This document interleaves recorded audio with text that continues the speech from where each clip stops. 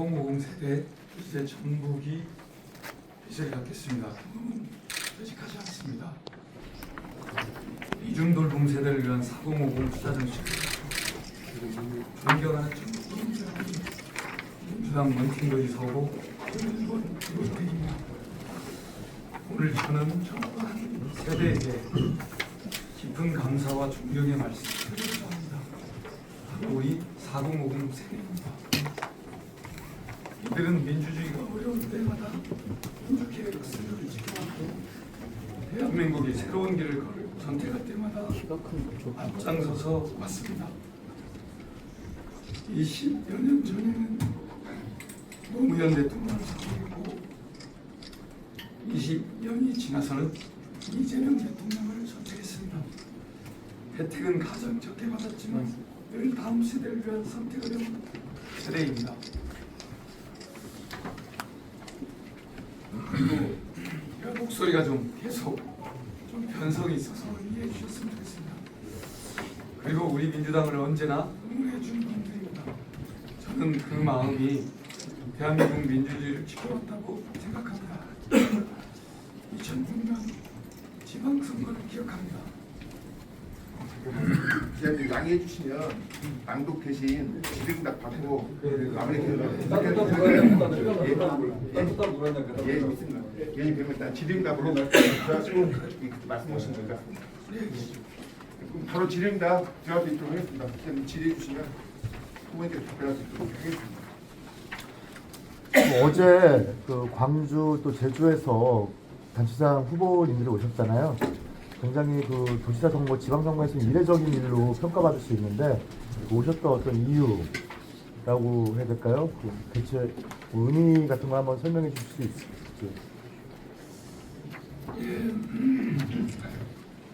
어제 이제 전남 광주 특별시장 후보 민영배 또 제주 특별도지사 후보 유성곤 같이 이제 서로 좀 의논을 해왔습니다. 민주당 후보이고 또 개인적으로 다들 가깝습니다. 유성군 후보는 저하고 아주 절친한 친구고 민영배 전남 광주시장은 저랑 같이 청와대에서 자치발전 비서관실에서 같이 일을 해왔습니다. 팀워크를 맞춰왔고 국회에 들어와서 같이 팀워크를 맞춰왔던 분입니다. 그래서 양쪽에 아무래도 이제 우리 현대사의 굴곡을 보면 이승만, 박정희, 전두환 정권 시절에 우리 호남 지역에 소외를 받아왔기 때문에 그 소외로부터 산업화 전략을 많이 놓쳐왔습니다. 그래서 이제 호남 제주가 힘을 합쳐서 뭔가 화석 연료 시대에서 재생에너지 시대로 전환되고 있고 또 AI 인공지능 시대로 가고 있기 때문에 이 시대에 호남권이 좀 힘을 합쳐서 대한민국의 좀 미래를 밝혀가보자 라고 해서 이제 호남과 제주, 정확히 말하면 전북, 광주, 전남, 제주가 초광역법 경제협력 정책을 좀 만들어서 가자라고 서로 협의를 했고요. 그래서 어제 정책 협약식을 하게 됩니다. 그런데 그 장소가 이제 전북이라는 것에 대해서는 또 여러 해석들도 있어요. 위기 또 불안감이 있기 때문에 어떤 퍼포먼스가 전북에서 이루어진 게 아니냐 이런 시각들도 있을 수 있는데 어떻게 보십니까? 이제 그 부분은 일단 제가 개인적으로 그분들보다는 제가 좀 개인적으로 더 바쁜 상황이잖아요. 이제 유성군 후보나 민영배 후보는 좀 상대적으로 제가 바쁜 상황에서 저의 일정에 맞춰주시고 아니면 이제 그쪽 일정에 맞출 거냐 내 일정 누구 일정에 맞출 거냐 제 일정에 좀 맞춰줘서 하신 것 같아요. 두 가지 좀 여쭤볼게요. 먼저 목표는 저희가 좀 사전 추출을 했는데 그런 부분이 후보님 입장에서는 어떻게 유리하게 적용되는 것을 보는지 민주당 입장에서는 상명군 김 후보한테 이제 마치 투표율이 유리한 것처럼 보지 말아라 이런 얘기들을 좀 했어요. 그런 부분에서 좀 어떻게 보시는지 하나 하고 두 번째 좀 인상할 수도 있는데 최근에 사전규범설 관련해서 검찰에 고발 건수를 두고 있는 결과를 했는데 그동안 후보님께서 계속 얘기했던 부분 그 과정에서 대통령을 위험에 빠뜨리면 안 된다라는 부분을 분명히 많이 계속 하셨어요. 이 허위사실 공표로 고발을 하면 청와대 공식 발표했다는 얘기는 하나 아니면 그 사실관계를 확인하는 그 참고인 조사가 사실 중요하다는 것 같거든요. 물론 청와대를 서면 조사를 할 수도 있겠지만 그 부분에 조금 배치되는 상황이 아닌가 싶은데 이거에 대한 입장이 일단 사전 투표율이 높은 것을 저희가 그냥 체감하는 바로는 사실 이제 이재명 대통령이 들어와서 전국이 좀 발전할 거라는 기대 심리가 있어 왔었는데 이번 선거 과정에서 사실 이제 선거의 막바지에 오면서 여론조사가 사실 이제 저는 좀 다른 시각을 갖고 있지만 아무튼 여론조사가 이렇게 이제 무소속 후보가 올라오는 기조가 좀 있어 왔지 않습니까? 저는 그걸 에스컬레이팅을 시켰다고 보는 거예요. 저는 좀 약간 기획적인 것이 아닌가 이렇게 보고 있습니다. 그러나 마지막 여론조사에 또 한국갤럽은 또 제가 8% 이기는 걸로 나왔거든요. 이제 그런 걸 보면서 국민들께서 아마 걱정을 하신 것 같아요. 이러다가 무소속이 되면 전국 발전이 물 건너가는 거 아닌가. 이재명 대통령이 국정이 흔들어지는 거 아닌가. 또 위험해지는 거 아닌가. 이런 차원에서 아마 대거 민주당을 지지하시는 분들이 참여하는 것이 아닌가 이렇게 저는 생각을 하고 있고 사전투표가 끝나고 난 이후에 거리에서든 어떤 행사장에서든 만나면 1번 찍었다는 말씀을 많이 해주시고 있어서 아마 그런 걱정 때문에 나오신 게 아닌가 이렇게 저희들은 해석하고 있다는 말씀을 드리면서 이번에 민주당 집권여당 후보가 되어야 한다는 도민들의 어떤 인식이 작용했다 이렇게 저는 보고 있습니다. 그래서 그런 측면을 좀 말씀드리는 거고요. 그렇게 해석하고 있다 이렇게 말씀드립니다. 이제 두 번째는 이제 이재명 대통령을 선거에 끌어들인 거, 그건 정말 잘못된 거죠. 대통령을 속인 거고 우리 도민을 우롱한 거짓말이었다는 게 사실로 드러났습니다. 사실. 그렇기 때문에 이 부분에 대해서 이제 예를 들면 수사를 이제 받는 측면의 문제를 말씀하신 것 같아요. 근데 이 부분은 이제 결국은 조사를 아마 수사나 조사가 반드시 갈 겁니다. 우리의 주장과는 다르게 우리 상대에서 고발하는 것과 무관하게 이것은 이미 공론화가 된 사실이기 때문에 이것이 유야무야 될 수 있는 사안은 아니다 이렇게 저는 보고 있습니다. 기본적 사안은 국민의힘과 수세력이 그것을 지켜보고 있지는 않을 거다 이렇게 보고 있기 때문에 이 부분에 대한 이제 모르겠어요. 저는 이제 국민의힘이라든가 또는 보수 세력이 고발을 해서 조사되는 것보다 아예 우리 선대위에서 이제 그렇게 결론을 내렸던데 그것이 오히려 더 나을 수도 있다고 판단을 했습니다. 판단은 한 걸로 제가 보고를 받았습니다. 청와대가 조사 어쨌든 참고인 조사를 받아야 되는 상황이에요. 그건 당연히 이제 서면 조사는 받아야겠죠. 네. 그런 부분에 대한 부담은 아니 그것은 무조건 받을 수밖에 없다고. 이것이 저희가 안 한다고 유야무야 될 사안은 아니다. 이미 공론화가 돼 있기 때문에 그렇잖아요. 저희가 공론화한 건 아니지만 이미 언론에 공론화가 됐고 청와대에서 2번이나 해명을 했고 그럼에도 불구하고 사실 인정이나 그런 게 없잖아요 지금. 근데 청와대의 2번의 반응을 보면 대통령을 속인 거고 또 우리 도민을 속인 거짓말인데 지금 무소속 후보 측에서 어떤 얘기가 없는 걸로 저는 확인되고 있거든요. 그럼 이게 그냥 가겠냐고요. 그냥 갈 수가 없죠. 상대적으로 했다라고. 그러니까 그래서 불가피한 과정인데 이것을 아무래도 이제 선대위 차원에서 그렇게 판단하는 것입니다. 그렇게 하는 것이 전체가 매끄럽게 갈 수 있다고 판단하는 것입니다. 저 지금 목소리가 좀 오셔가지고 좀 죄송스러운데 두 가지. 하나는 오늘 원래 정청래 대표께서 군산으로 오셔가지고 지역 일정을 하시려다가 지금 충청권으로 지금 가셨거든요. 혹시 캠프하고 어떤 그 교감이 있었는지 좀 궁금하고요. 첫 번째는. 두 번째는 오늘 아침에 저기 이렇게 전주에서 선거 운동원들끼리 양쪽 캠프에서 이렇게 부딪히는 그런 일이 좀 있었는데 어떻게 보시는지 코멘트 두 가지 부탁드립니다. 정청래 당대표 모르겠습니다. 저는 이제 저하고 교감을 한 말은 없고요. 저하고 교감을 한 말은 없다고 말씀드리겠고, 다만 이제 당하고 그런 거 이제 당하고 있죠. 이제 당하고 이러저런 의논이 됐을 것 같은데 처음부터 그렇게 계획이 된 건지, 계획이 됐다가 당과 소통하면서 한 건지, 아니면 뭐 아이디어 차원에서 나왔다가 된 건지 이건 좀 확인해 볼 필요가 있다. 질문은 송태규 저기 익산 지역위원장이 저기 전국에 있는 정부에서 이제 주체적으로 좀 할 수 있으니 내려오는 걸 좀 자제해달라는 취지로 이제 SNS에다 글을 올렸는데 뭐 어떤 그런 저기 그 여론이 좀 작용을 한 건지. 그러니까 그건 저도 이제 자세히 모르겠습니다. 그러니까 저는 당연히 정당의 대표가 그 자기 당의 후보를 위해서 지원 주세 나가는 너무나 당연한 거라고 보고 있습니다.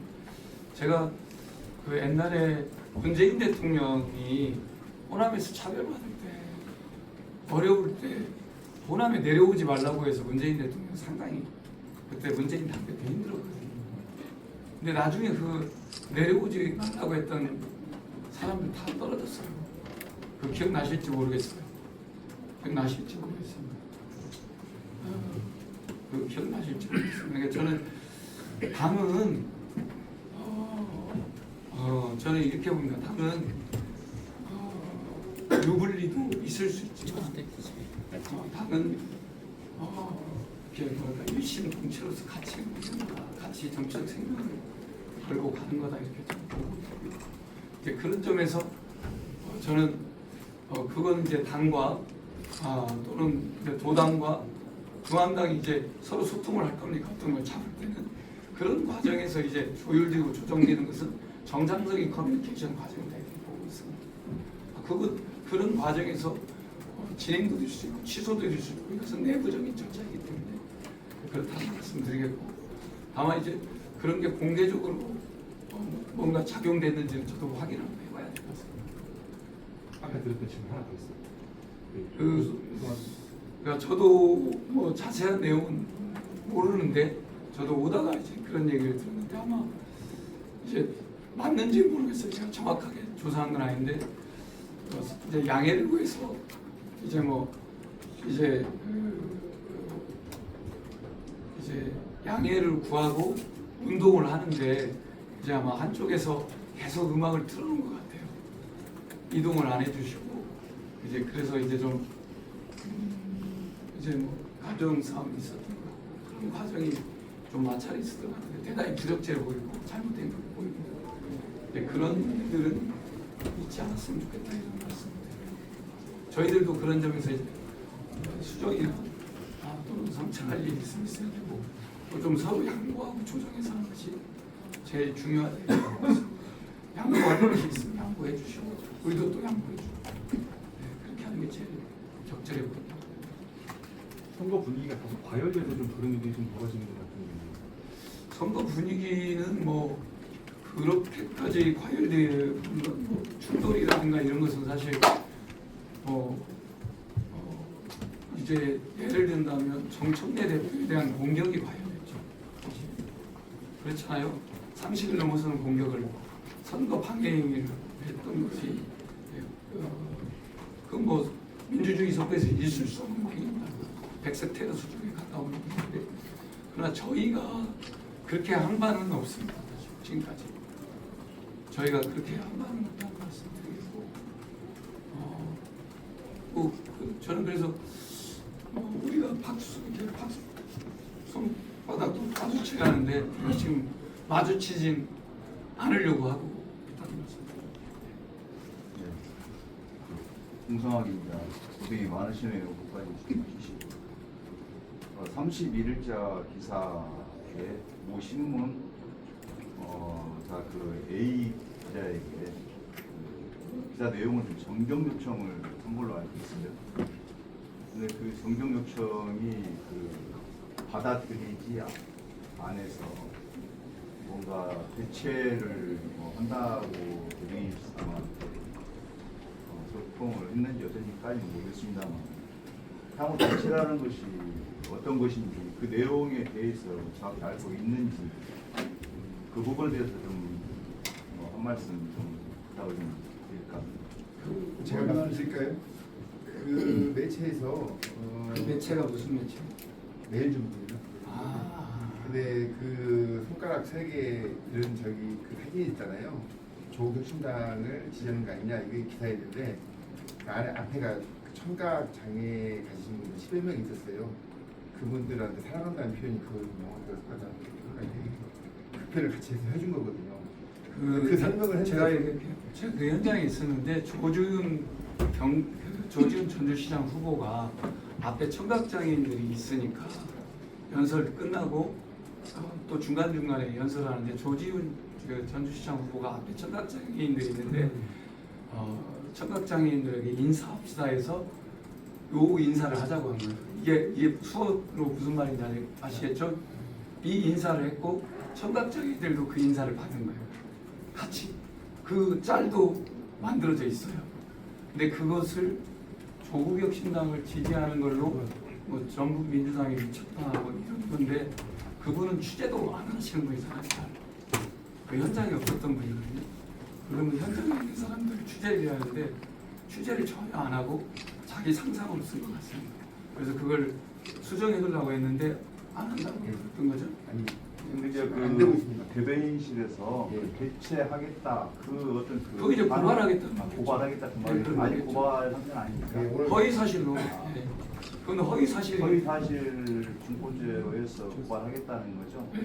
그러니까 수정하고 보완해 두려고 하면 안 하니까.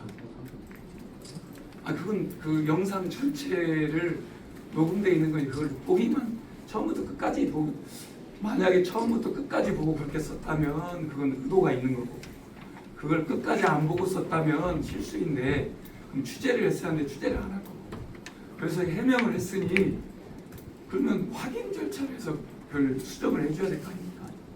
근데 그걸 안 하는 거죠. 근데 그분께서는 제가 조금 말씀드릴게요.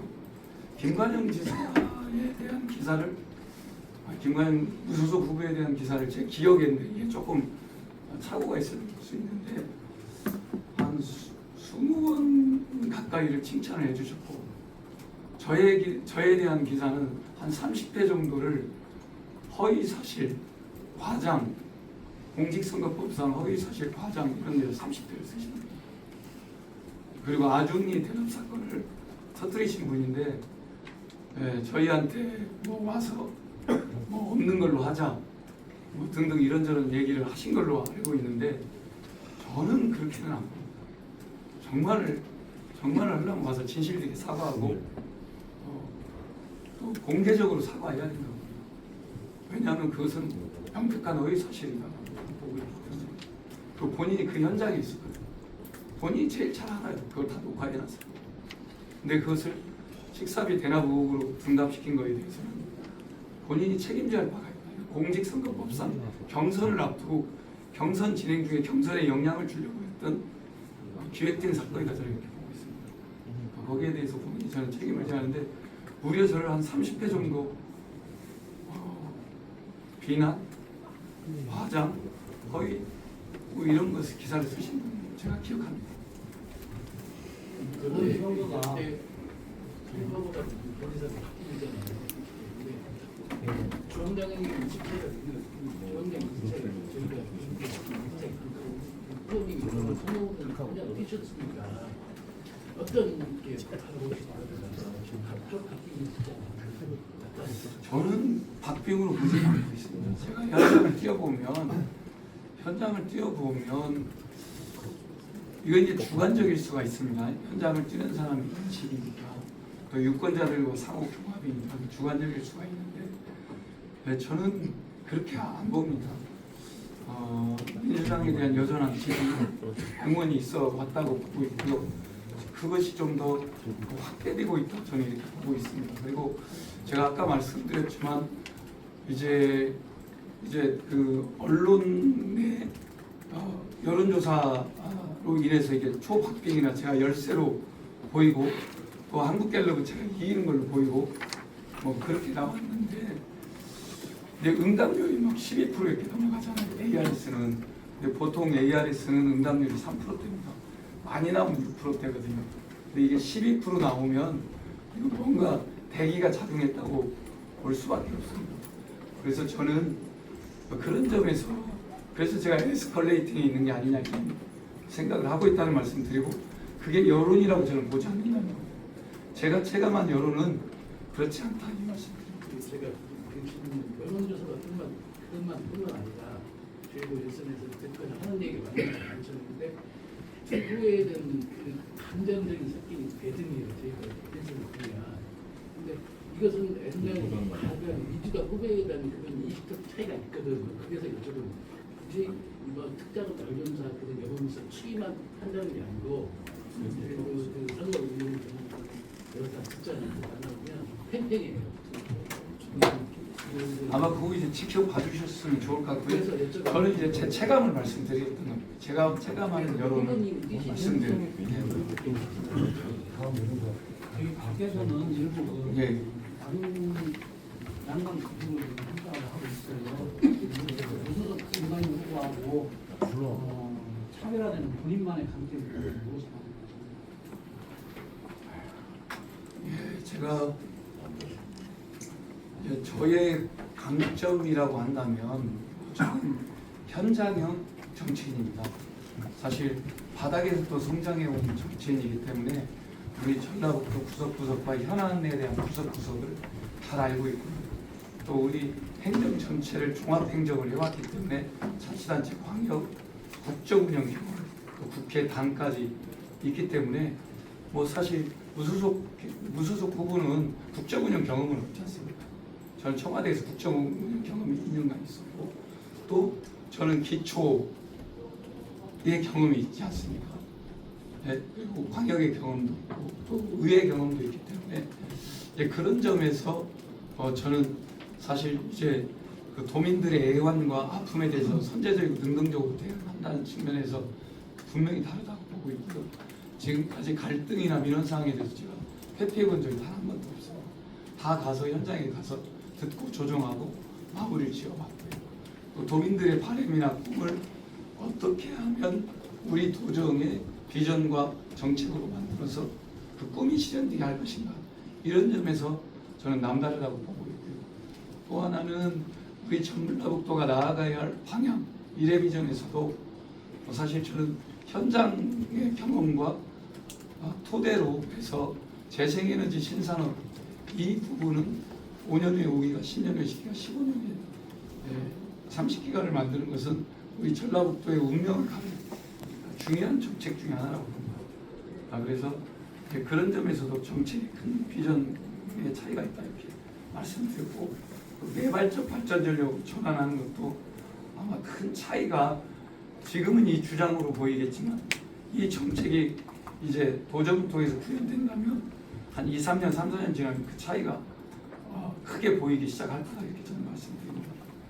이번 선거 쟁점과 이슈가 워낙 많아서요. 그 마지막 선택의 기준이 뭐가 될지 이번 선거 어떻게 규정하시는지 좀 관심사가 있는데 간단하게 어떻게 규정하시는지. 저는 두 가지로 규정하겠습니다. 이재명 대통령을 사랑하시고 지지 않고 이재명 대통령의 국정운영이 지속되기를 바란다면 민주당 후보를 선택하셔야 된다는 것이 제 생각입니다. 왜냐하면 국정 안정과 뒷받침 속에서 우리 대한민국이 살아가야 하기 때문에 그렇다는 말씀드리겠고요. 그래서 이재명 대통령이 중간 평가적 성격이 있다는 거 하나 말씀드리겠고 두 번째는 결국은 이제 전국 발전과 대도약의 문제입니다.